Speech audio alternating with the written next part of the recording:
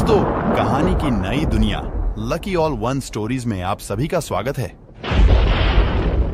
आज हम आपको सच्ची घटना से जुड़ी चुड़ैल की कहानी बताने जा रहे हैं। वीडियो में अंत तक बने रहे तो चलिए शुरू करते हैं। यह कहानी मुझे मेरी दादी माँ ने सुनाई थी। मेरी दादी माँ एक छोटे गांव में रहती थी। ऐसा कहा जाता है कि उस गांव में भूतिया चुड़ैल रहती थी और ऐसे ही भूतिया चुड़ैल से मेरी दादी का सामना हुआ था। वह चुड़ैल खुले बालों और भयानक डरावने चेहरे वाली चुड़ैल। सर्दी का मौसम था। ठंड बहुत ज्यादा बढ़ गई थी।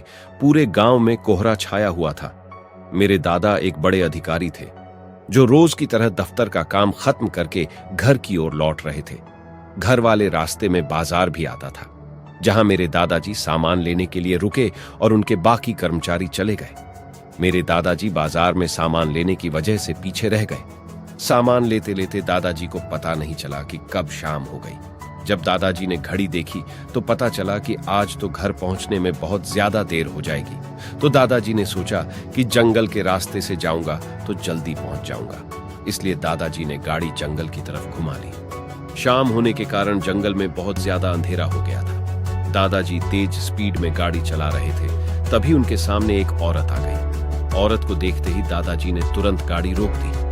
दादाजी ने औरत की तरफ देखा तो वह औरत बहुत जोर जोर से रो रही थी। दादाजी को लगा कि किसी मजदूर की पत्नी होगी जो रास्ता भटक गई होगी। रास्ता सुनसान था, इसलिए दादाजी ने सोचा कि इस महिला की मदद करना जरूरी है। उन्होंने महिला से पूछा कि वह इस जंगल में अकेले क्या कर रही है। महिला ने कोई जवाब नहीं दिया और जोर जोर से रोती रही। ऐसा लग रहा था कि सारा जंगल उस महिला के रोने की आवाज से गूंज रहा हो। दादाजी ने पूछा कि आपका घर कहाँ है, फिर भी वह महिला कुछ नहीं बोली। दादाजी ने उसको बोला कि तुम मेरे साथ मेरे घर चलो। जिसके बाद वह दादाजी के साथ चलने के लिए मान गई और दादाजी के पीछे वाली सीट पर बैठ गई। गांव में घूंघट डालने का रिवाज होता है, जिसके कारण उस महिला ने भी अपने सर पर घूंघट ओढ़ रखा था और उसका चेहरा ढका हुआ था।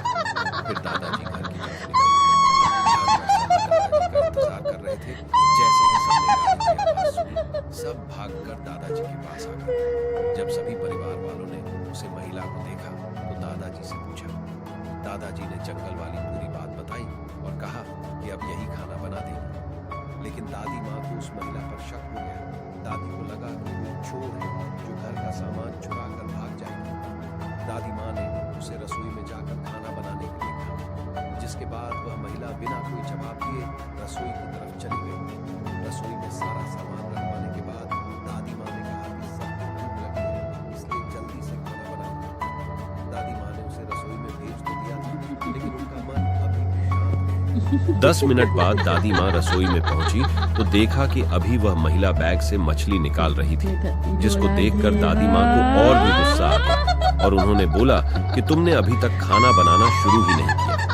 कब खाना बनेगा और कब हम लोग खाएंगे? उस महिला का चेहरा अभी भी ढका हुआ था, इसलिए किसी ने भी उसका चेहरा नहीं देखा था। दादी माँ ने उसका चेहरा देखने की कोशिश की, लेकिन उसका चेहरा नहीं देख पाई। दादी माँ ने बोला कि जरूरत हो तो बुला लेना, लेकिन फिर भी वह महिला कुछ नहीं बोली। दादी माँ को लगा कि शायद अनजान लोगों की वजह से ये झिझक रही है। जिसके बाद दादी माँ चली गई। रसोई में अजीबोगरीब आवाज आ रही थी।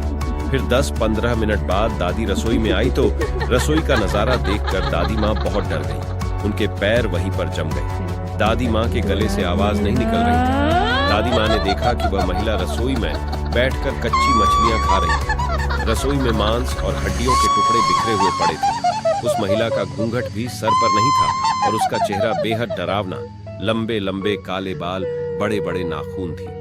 वह महिला मछली खाने में मग्न थी, इस कारण दादी माँ पर उस महिला का ध्यान नहीं गया। दादी माँ से चिल्लाई भी नहीं गया।